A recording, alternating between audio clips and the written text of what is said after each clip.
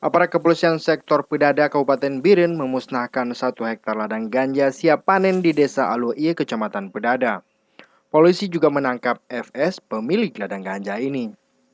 Untuk mengelabui petugas, batang ganja yang telah berumur 1,5 bulan ini ditanam berdekatan dengan tanaman lain, seperti tanaman jagung, coklat, pinang, dan pisang. Batang ganja ditanam di kebun tidak jauh dari pemukiman warga, selanjutnya dicabut oleh anggota Polsek Pedada. Pemilik ladang ganja juga dihadirkan ke lokasi saat pemusnahan. Kepada polisi, FS mengaku terpaksa menanam ganja lantaran butuh uang untuk biaya pembuatan rumah. Usai dicabut, seluruh batang ganja selanjutnya diangkut ke Polsek sebagai barang bukti. Dari Kabupaten Biren, Muhammad MY melaporkan untuk Aceh Video.